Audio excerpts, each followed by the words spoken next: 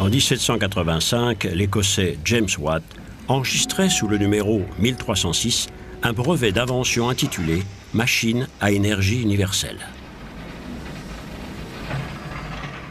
Cette invention, la locomotive à vapeur, allait imprimer le rythme du nouvel ère. Elle conduirait vers le progrès, une production accrue et la mobilité des biens et des personnes. Elle allait également détruire le vieil ordre social, délaissant dédaigneusement les croyances de bonnes femmes. Ce serait un siècle de conflit entre le progrès et la tradition, entre le libéralisme et le conservatisme. La société se précipitait à toute vapeur vers un avenir pavé de changements radicaux et de bouleversements sociaux.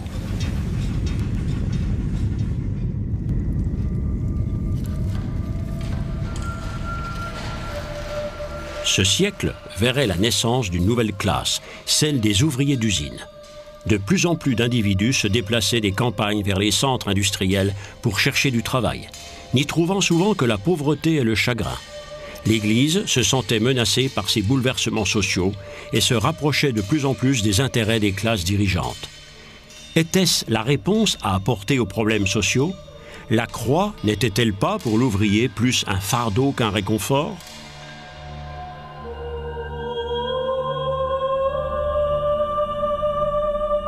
Le XIXe siècle s'ouvrait sur un désastre pour l'Église catholique. En Allemagne, les monastères et les biens d'église étaient nationalisés. Napoléon offrait aux dirigeants allemands les terres et les biens de l'Église en échange de leur silence sur les conquêtes françaises. Les chroniqueurs dénonçaient de sauvages excès. Ils ont fouillé les cercueils. Avec des barres de fer, ils ont retourné les restes putréfiés de vénérables cadavres et après avoir volé les pièces d'or et autres objets précieux, ils ont laissé les restes éparpillés dans un grand chamboulement, refermant à la hâte les tombes au-dessus d'eux. Les dirigeants recevaient en cadeau 100 000 km² de terre habitée par 3 millions de personnes. Un grand nombre de riches vêtements ecclésiastiques disparaissaient, les calices et les ciboires étaient fondus pour faire des pièces de monnaie. Des manuscrits de grande valeur étaient dérobés, vendus aux enchères ou transférés à l'État. Un journal local rapportait un cas parmi beaucoup d'autres. Cette année, le papetier Kaut a enlevé sur 8 chariots à 4 chevaux 4,5 tonnes de livres de la bibliothèque du monastère de Rothenburg. De précieux manuscrits redevenaient vulgaires pâte à papier. De nombreux monastères étaient fermés. Les églises catholiques et protestantes étaient détruites ou reconverties en étables, ateliers ou théâtres. C'était un coup dur pour les églises. Le pouvoir temporel triomphait.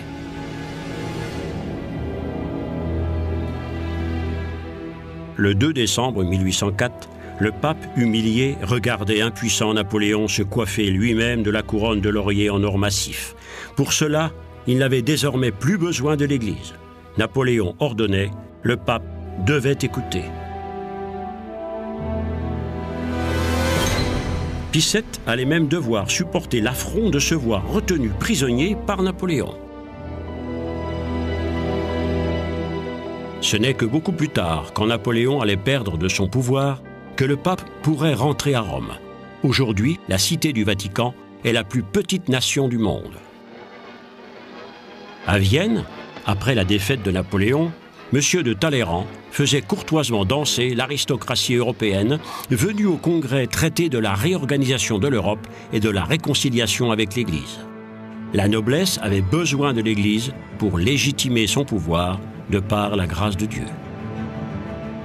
Dans la lutte contre Napoléon, les peuples d'Europe avaient pris conscience de leur nationalisme, encouragés en cela par leurs églises respectives.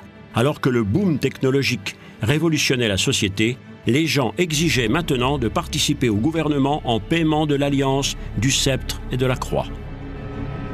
Une nouvelle classe apparaissait en Grande-Bretagne qui armerait en Europe un baril de Poulon, le prolétariat industriel.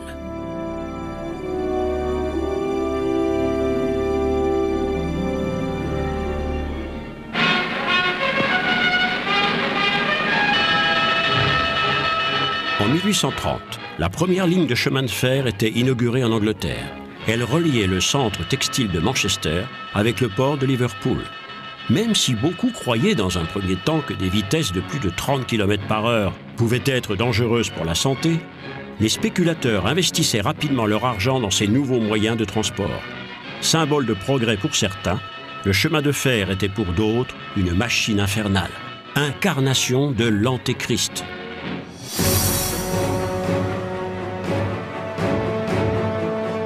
La puissance de la vapeur mettait la révolution industrielle sur les rails.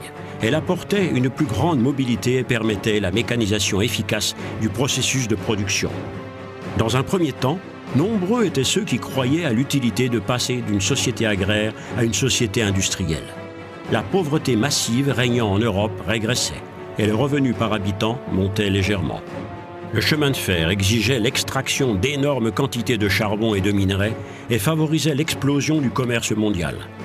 Un esprit de renouveau, comme un nouveau départ, flottait dans l'air, surtout dans la nouvelle classe possédante composée des propriétaires d'usines, des agents de change et des spéculateurs. Dans les centres industriels, cependant, l'euphorie première en la croyance au progrès faisait bientôt place à un réveil brutal.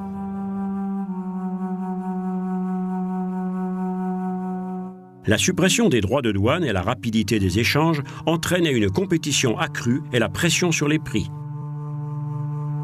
Le travail en usine déracinait des populations entières.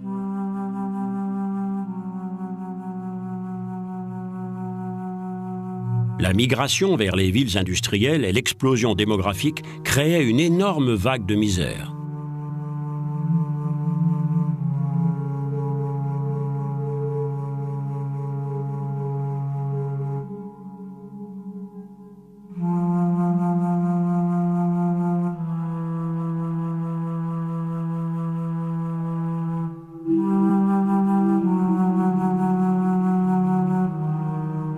Les rois de ces empires, les industriels, étaient plus que de simples employeurs. Propriétaires des moyens de production et détenteurs des capitaux, ils devenaient des maîtres ayant droit de vie ou de mort sur la population. Les conditions de travail dans les mines étaient particulièrement dévastatrices. Pour répondre à la demande de charbon et faire de confortables bénéfices, les propriétaires durcissaient de plus en plus les conditions de travail. Ils économisaient sur la sécurité. La journée de travail durait 16 heures. Le plus souvent, les enfants devaient tirer les lourds chariots de charbon dans les boyaux de la mine, parfois hauts de seulement 50 cm.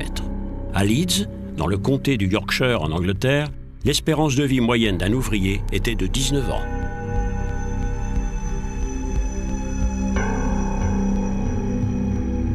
Les cimetières fleurissaient dans les centres industriels, rassemblement de milliers de destins malheureux et misérables. Mon père est mort 5 mois avant ma naissance, laissant derrière lui 6 enfants, moi non compté. La misère était notre lot quotidien. J'ai commencé à travailler dans les mines à 11 ans. Si j'étais de l'équipe de nuit, j'allais à l'atelier le matin. Quand les travailleurs de fond, vieillis avant l'âge, arrivaient à 4 heures, ils prenaient d'abord un livre de cantiques dans leur placard. Puis ils chantaient et le chef de puits disait une prière.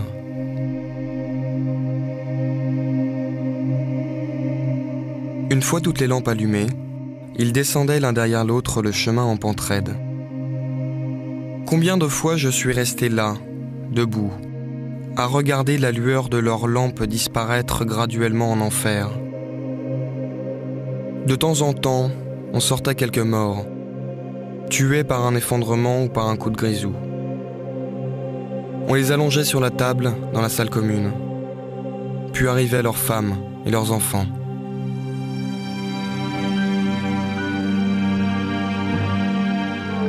Les taudis proliféraient comme des plaies cancéreuses dans les grandes villes. L'industrie envahissait la campagne environnante. Les gens sans travail, sans toit, et des mendiants laissaient dans les rues l'empreinte de leur image pathétique. Les gens n'ayant aucune sécurité étaient désespérés. Que diable pouvait bien leur offrir l'Église ?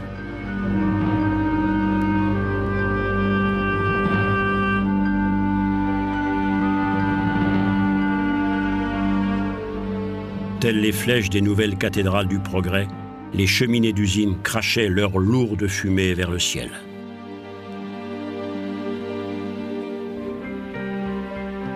En quête d'un nouveau paradis, des centaines de milliers de personnes émigraient. Sur le socle de la Statue de la Liberté, le poème d'Emma Lazarus proclamerait plus tard « Donnez-moi vos faibles, vos pauvres, vos masses épuisées qui languissent de respirer librement, les déchets misérables de vos grouillants rivages. J'accroche ma lampe au chambranle de la porte d'or. » La traversée de l'immensité de l'Atlantique pour rejoindre l'Amérique était synonyme de liberté, d'épanouissement et de nouvelles chances. L'armée des pauvres s'entassait sur des bateaux dans l'espoir d'échapper à la misère et à la famine. En Europe, quelques intellectuels prenaient conscience de l'urgence du problème. À Berlin, Bettina von Arnim écrivait dans une des premières études sociales de l'histoire « Une corde tendue en croix partage la pièce entre des familles qui vivent chacune dans leur coin. Sous l'intersection de la corde, il y a un lit pour un plus pauvre encore, dont il s'occupe à tour de rôle. Les gens semblent indifférents au fait que les plus pauvres d'entre les pauvres vivent entassés, de plus en plus isolés de la population, tout en se transformant en un formidable contrepoids. »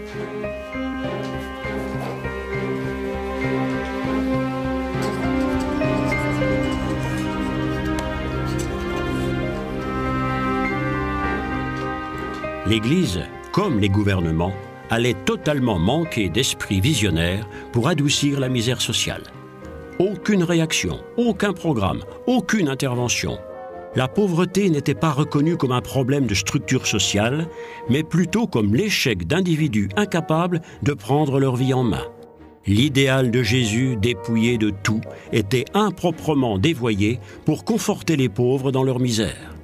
Comme le vantait un ecclésiastique anglais dans un livre d'école, « La pauvreté est fondamentalement un plaisir. Une vie modérée est en réalité un plaisir. » Devant la léthargie de l'Église, cependant, de nombreux chrétiens prenaient des initiatives individuelles. « Ce que vous faites au moindre de mes frères, c'est à moi que vous le faites », avait dit Jésus. L'amour fraternel, le cœur du message chrétien, était mis en pratique par de nombreuses sociétés nouvellement fondées, souvent par des femmes courageuses.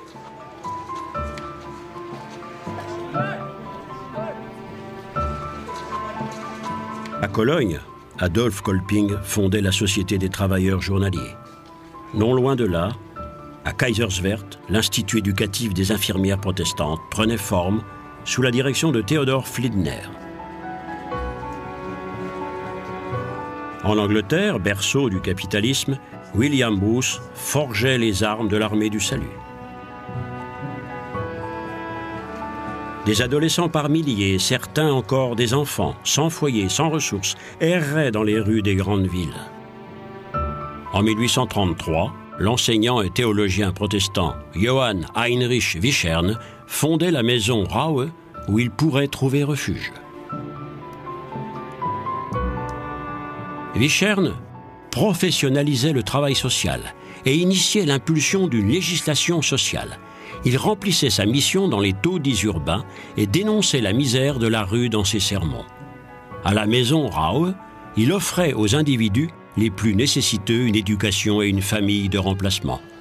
Cette institution serait en fin de compte la pierre angulaire d'une organisation d'instituts religieux qui, encore aujourd'hui, continue cette mission et reste des havres de secours pour les naufragés de la société. Vichern retrouvait le principe de base de la mission intérieure, l'amour de son prochain. Toute l'Église protestante doit reconnaître que le travail de la mission intérieure est mon travail. L'amour comme la foi sont miens. Le flambeau de l'amour doit brûler dans l'Église comme une brillante torche divine qui proclame que le Christ s'est incarné parmi ses gens. Si l'expression « mission intérieure » est prise dans ce sens-là, alors l'aube d'un jour nouveau se lèvera pour notre Église.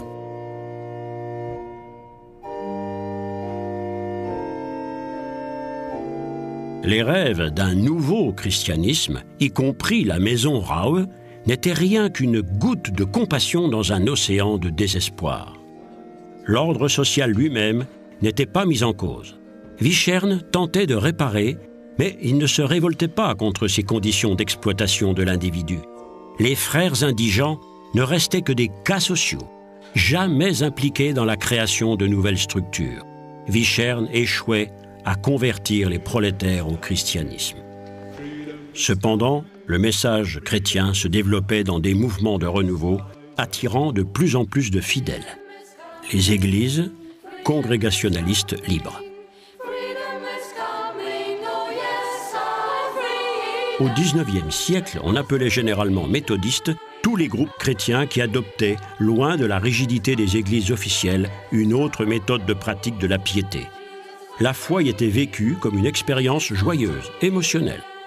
De petites communautés fermement soudées aidaient à surmonter l'anonymat des villes.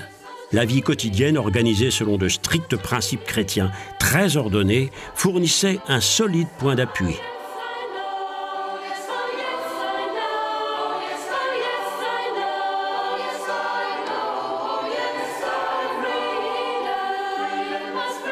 Le message de Jésus exprimé dans des mots simples et clairs devenait le fil rouge dans la vie de chacun.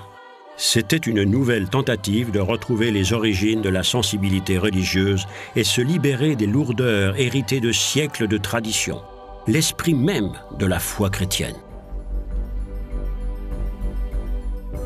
Cette ardeur qui devait remplir les cœurs des apôtres et des premiers chrétiens motivait de nouveau les représentants de ces sociétés missionnaires nouvellement fondées. Gonflés d'idéalisme, des centaines de missionnaires avaient bien l'intention d'étendre le christianisme dans le monde entier. Généralement, ils le faisaient épiés par les militaires et des hommes d'affaires sans scrupules, partisans de la colonisation brutale de pays entiers et qui voyaient d'un œil soupçonneux les activités des missionnaires. Il est vrai que les profonds efforts faits pour comprendre la langue et la culture de mondes étrangers leur apportait souvent avec les populations locales une intimité plus grande que les autorités auraient bien voulu qu'elle fût.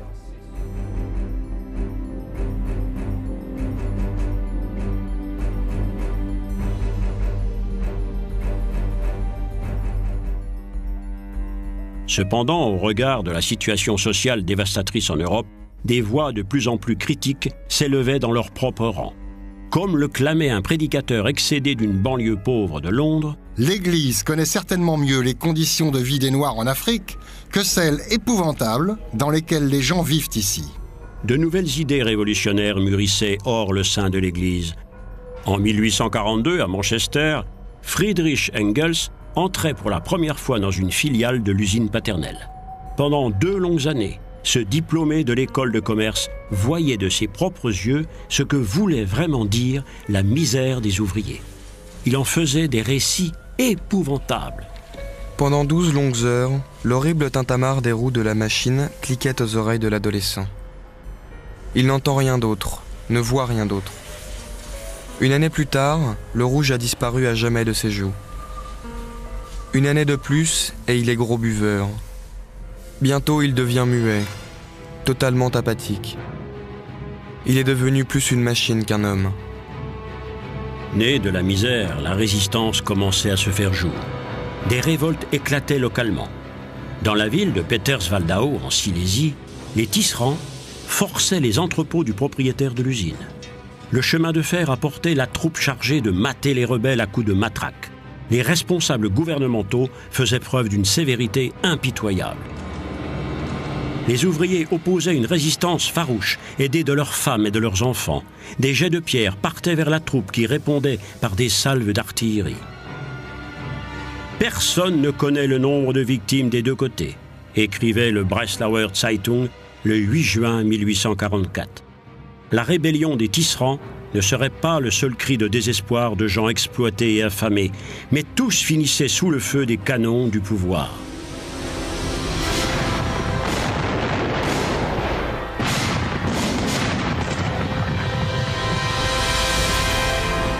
L'artiste Käthe Kollwitz consacrait un cycle de son œuvre à la rébellion des tisserands silésiens. Comme ses photographies de la misère sur le vif, tout près des gens, les tisserands étaient désespérés par la mécanisation et l'ouverture des marchés en Europe. L'Église prussienne ne s'élevait pas contre la répression brutale de l'État. Elle soutenait le point de vue douteux de maintien de l'ordre public, alors que nombre de membres du clergé étaient au contact direct de cette misère au quotidien. L'idée que toute autorité étatique a la légitimité divine était encore trop profondément dans les esprits.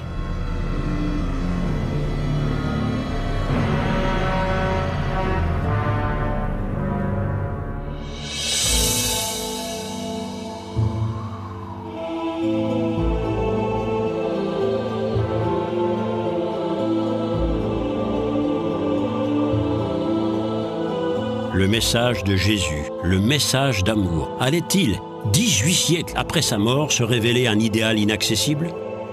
L'injustice et la violence dominaient une fois de plus la vie des populations. Et pendant longtemps, ces questions qui enflammaient la société ne concerneraient pas le religieux. Les individus du 19e siècle allaient balancer en complet déséquilibre entre la glorification du progrès moderne et le souvenir romantique de vieilles traditions.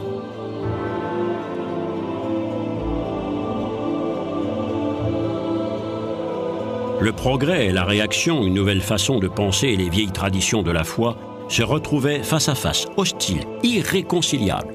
Le conflit déclenchait une nouvelle révolution et l'agitation sociale. Les peuples allaient devoir apprendre à supporter le fait qu'il y a beaucoup de vérité.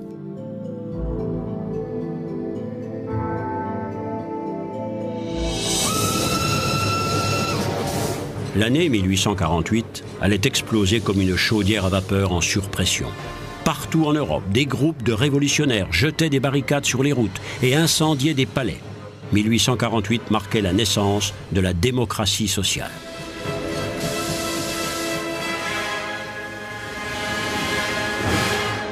Démocratie, du grec démos, le peuple, et kratos, le pouvoir. Souvent, les rébellions contre la famine servaient de détonateurs, mais la révolution était aussi et principalement le fait de nouvelles classes moyennes qui désiraient la liberté économique et le droit de participer au processus de décision. Le 27 décembre 1848, une proclamation des droits fondamentaux avait lieu en l'église Saint-Paul à Francfort. Les citoyens allemands se donnaient de nouvelles lois. Article 5, section 144. Chaque Allemand a droit à la pleine liberté de religion et de conscience. Section 147. L'État n'accordera sa préférence à aucune association religieuse. Dorénavant, il n'y aura plus d'église d'État. L'idée de tolérance religieuse, cette vieille demande des philosophes des Lumières, atteignait là son aboutissement. Cela n'avait rien à voir avec une tolérance gracieuse, mais plutôt avec le droit légal et imprescriptible de pouvoir pratiquer la religion de son choix. Malgré des débuts enthousiastes, les révolutions européennes de 1848 finissaient en fiasco. En attisant les craintes d'une anarchie révolutionnaire, les mouvements ouvriers s'attiraient les foudres des gouvernants. Les militaires mettaient finalement fin aux rêves d'unité et de liberté, une bonne fois pour toutes. Les forces de la réaction, les vieux dirigeants, avaient abattu l'arbre de la liberté.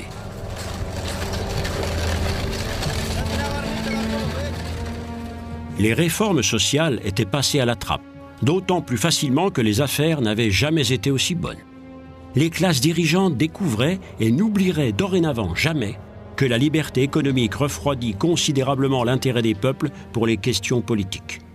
Les ouvriers seraient, comme toujours, les grands perdants dans la distribution de cette nouvelle richesse. C'est ainsi que la Prusse se transformait en nation industrielle et en grande puissance militaire sur le dos des prolétaires.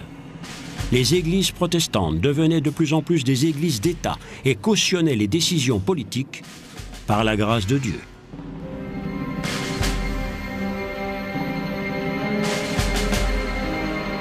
Elle soutenait l'interdiction du Parti socialiste, les lois d'exception et tous les abus qui ont donné pour toujours au mot « Prussia » une signification si négative.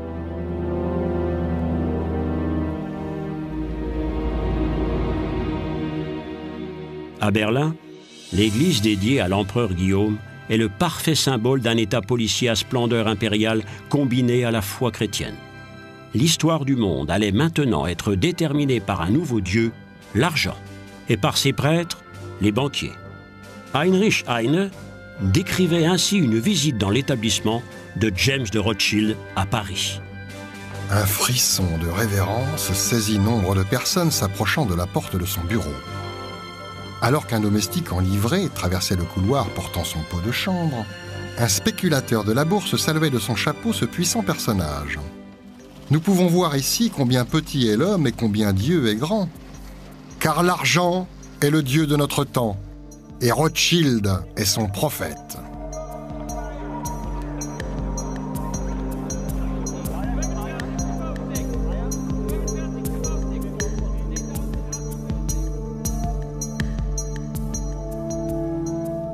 l'Église catholique n'offrait non plus aucune alternative au développement social. Au mieux, elle se réfugiait hors de la réalité dans un imaginaire ordre médiéval idéalisé. À Cologne, la cathédrale de style gothique était finalement achevée, comme une invocation du bon vieux temps. Des églises néo-gothiques apparaissaient soudain un peu partout. Un frisson mystique et une religiosité démodée étaient la seule alternative opposée à un monde qui faisait de l'argent froidement et de manière calculée.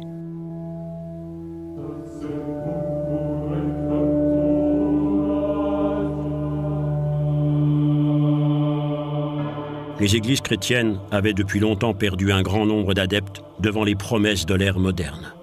Les gares étaient les nouvelles cathédrales. Elles servaient aux intérêts du temps et de l'argent.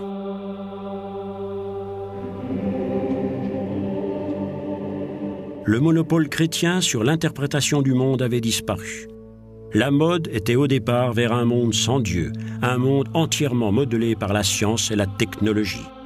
Comme le disait un chroniqueur, « Nos machines font elles-mêmes leur travail sacré, de leur souffle ardent et de leurs membres d'acier infatigables. La machine est le sauveur de l'humanité, le Dieu qui libérera l'homme du travail. » Le siècle du machinisme entraînait comme un engrenage un changement après l'autre. Les tabous disparaissaient. La Bible même était depuis longtemps devenue un objet de curiosité scientifique. La vie de Jésus, après avoir été prouvée historiquement, était rejetée comme une histoire digne de la mythologie. Les journaux encensaient le progrès dans le monde.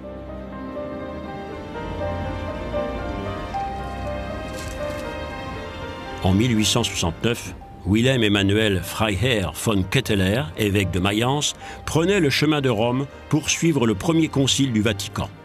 Ancien représentant du gouvernement prussien, Ketteler s'intéressait de près aux événements de l'ère moderne, particulièrement à ces colossaux problèmes sociaux. Connu pour ses sermons courageux, Ketteler était un des rares ecclésiastiques à prendre position sur les questions sociales.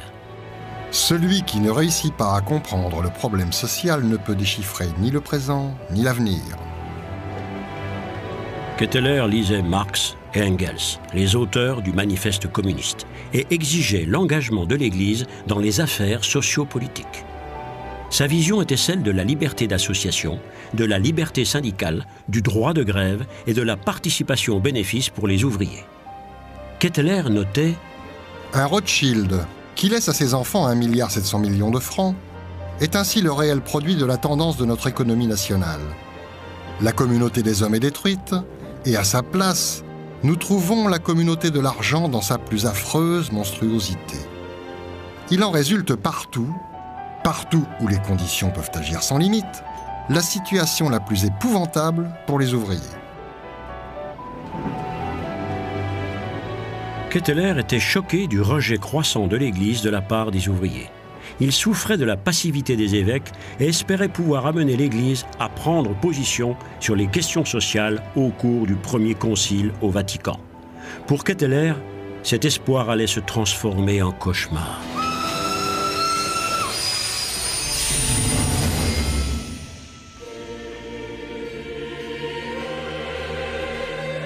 Le Vatican, à l'instar de toutes les forces réactionnaires d'Europe, s'était complètement coupé de cette question.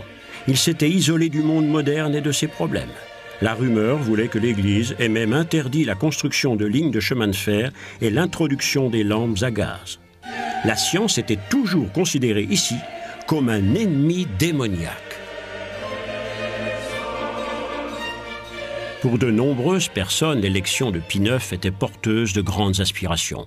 Il était considéré comme un homme de progrès, mais les événements tragiques de la Révolution italienne de 1848 transformaient le pape en farouche adversaire des libéraux. Il édictait un plan détaillé pour parer à toute tentative d'empiétement des libéraux. Dans le syllabus, il énumérait les 80 erreurs prétendument les plus condamnables.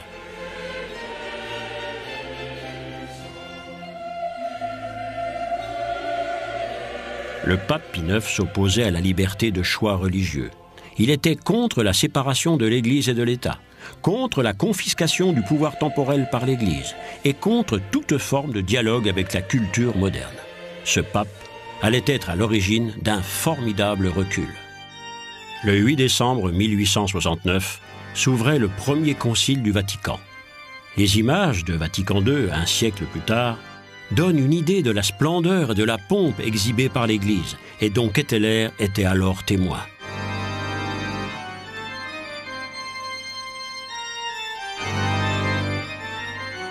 Derrière cette munificence se dissimulait une intention papale, le désir de voir le concile accorder au pape une certaine autorité. Après la cérémonie inaugurale solennelle, les 700 délégués se voyaient remettre un document, jusque-là tenu secret, et qu'ils devaient ratifier. Ce document ne consacrait pas moins que le dogme d'infaillibilité du pape dans tout ce qui concernait l'enseignement des questions morales et de la foi. Contre toute attente, Pie IX faisait face à une opposition massive. L'évêque Ketteler rejoignait les protestataires. Une nouvelle fois, l'Église catholique faisait face à la menace d'un nouveau schisme à cause de problèmes internes.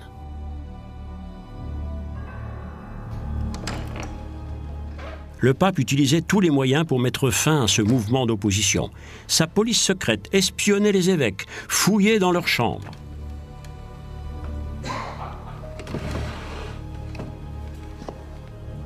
Des lettres étaient confisquées ou censurées. Sous peine de péché mortel, on interdisait aux évêques et aux prélats de rendre compte des réunions du concile. Mais des rapports parvenaient cependant à l'extérieur en secret, sous couvert de diverses ambassades à Rome.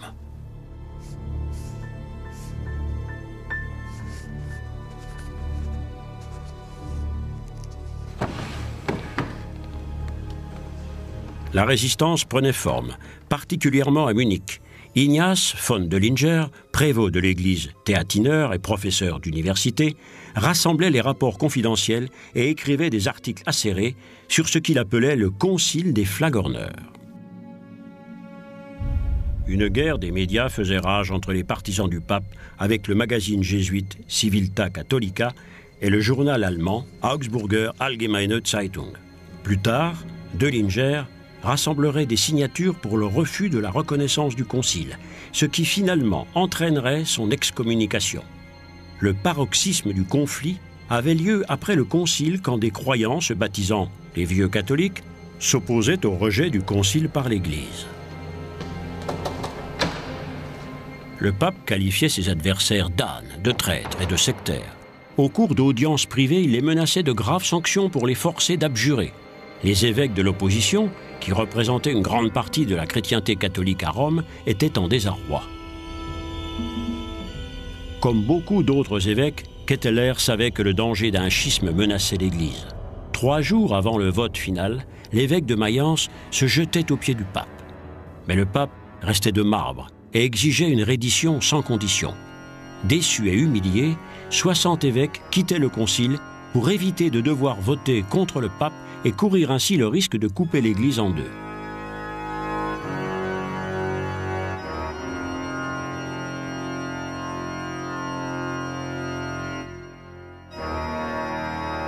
Le 18 juillet 1870, le dogme de l'infaillibilité papale était ratifié, accompagné par un solennel Te Deum et un terrible orage que beaucoup interprétaient comme une protestation du ciel.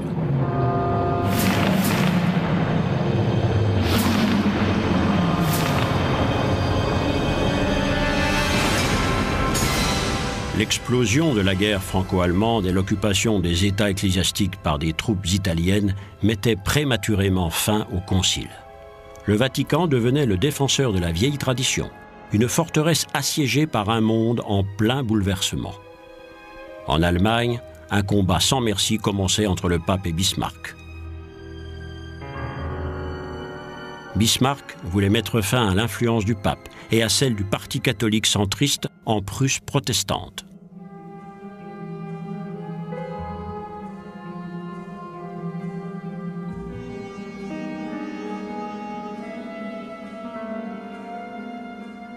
Le pape résistait par la ruse et lançait d'ardents appels à la foi.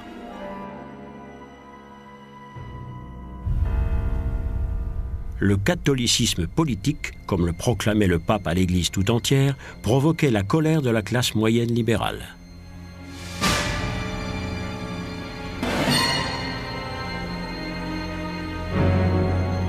La Prusse, autrefois tolérante, recourait à des mesures de plus en plus dures, interdisant les sermons politiques, les jésuites et en instaurant le mariage civil. L'investiture des dignitaires devenait une question âprement disputée. Quelques ecclésiastiques étaient même arrêtés. l'Église se battait contre un gouvernement ne désirant plus accepter la participation des évêques dans des questions politiques. L'offensive de Bismarck allait entrer dans les livres d'histoire comme une lutte culturelle. L'Église papale était de plus en plus sur la défensive.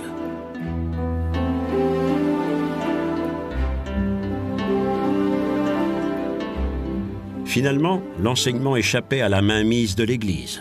Jusque-là, des méthodes d'éducation autoritaire et de vieilles traditions dominaient le système éducatif. La pédagogie en faveur de l'enfant était encore à des années-lumière. Un curé de campagne écrivait « Les enfants qui doivent travailler durement pour gagner leur pain ne doivent pas être dérangés avec des choses pour lesquelles ils n'auront aucune utilisation pratique. Aussi devons-nous faire d'autant plus attention et s'assurer qu'ils connaissent bien l'histoire de la Bible. » Mais l'Église constatait qu'elle allait devoir trouver beaucoup d'explications. Les histoires de la création de la Terre et de la race humaine décrites dans la Bible étaient de plus en plus bafouées par la science. La vieille image du monde était encore plus radicalement révolutionnée par Charles Darwin, qui osait prétendre que l'homme descendait du singe. L'homme, gloire suprême de la création divine, chef-d'œuvre de Dieu bien différent de toute autre espèce animale, telle était la ferme conviction qui prévalait dans l'histoire de l'humanité. D'un revers de manche, le 19e siècle balayait cette notion millénaire.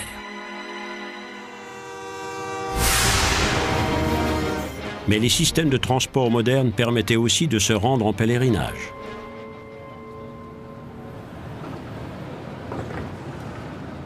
Depuis 150 ans, Lourdes est la preuve qu'une piété démodée peut aussi survivre dans un monde moderne et que la science et la raison sont le terreau sur lequel le besoin de religiosité, de mythes et de mystères peut le mieux prospérer. Chaque année, 5 millions de touristes et des pèlerins venus du monde entier viennent dans cette petite ville perdue dans les Pyrénées, non loin de la frontière espagnole. Cette religiosité, peut-être aussi vieille que l'humanité elle-même, est évidemment un défi égal à n'importe quelle idéologie moderne. Il semble que ni la science ni la raison ne puissent l'atteindre.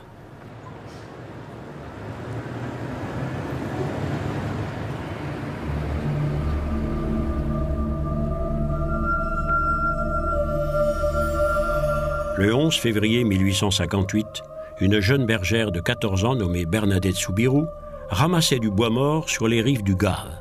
Soudain, dans une grotte, elle voyait apparaître une femme vêtue de blanc qui avait le visage de Marie et qui lui disait « Je suis l'Immaculée Conception ».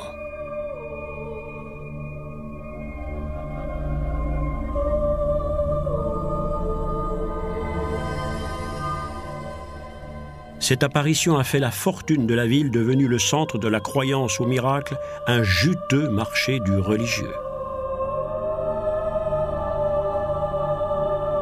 Mais c'est aussi un site sacré qui cristallise tous les espoirs et tous les désirs profonds du monde.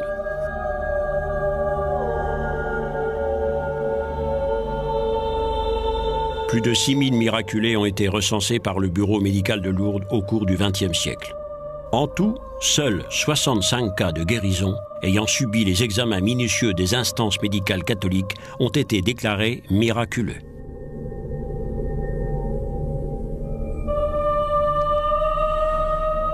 Tous les soirs, à 8h30, le long cortège des bougies forme comme un serpent de lumière pour implorer le renouvellement de ces miracles. Cette croyance, venue du fond des âges, est toujours bien vivante au XXIe siècle. Mais l'Église du XIXe siècle perdait la majorité des ouvriers et des employés les plus pauvres. Ni l'Église catholique, ni l'Église protestante n'avaient été capables de répondre à leurs problèmes par une grande vision chrétienne. Ce n'est qu'à la fin du XIXe siècle, plus de 100 ans après le début de la révolution industrielle et presque 50 ans après la publication du manifeste communiste, qu'un pape prenait position pour la première fois, mais avec tiédeur, sur une question sociale. Léon XIII condamnait l'avidité pour l'argent, tout en considérant la différence entre riches et pauvres comme loi de nature.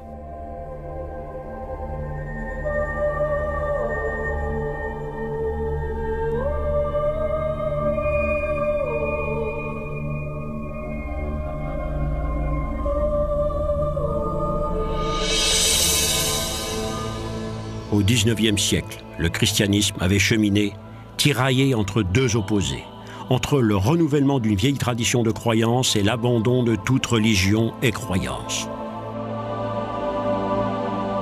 Pour de nombreuses personnes du XIXe siècle, l'histoire du christianisme apparaissait soudain comme une histoire d'épouvante, une erreur vieille de 2 millénaires, une ère sombre dans l'histoire humaine que les temps modernes avaient enfin surmontée. Mais ceux qui déclaraient que Dieu était mort érigeaient de nouveaux panthéons. Pour eux, le paradis était disponible ici et maintenant. Cette utopie aboutirait à des guerres violentes.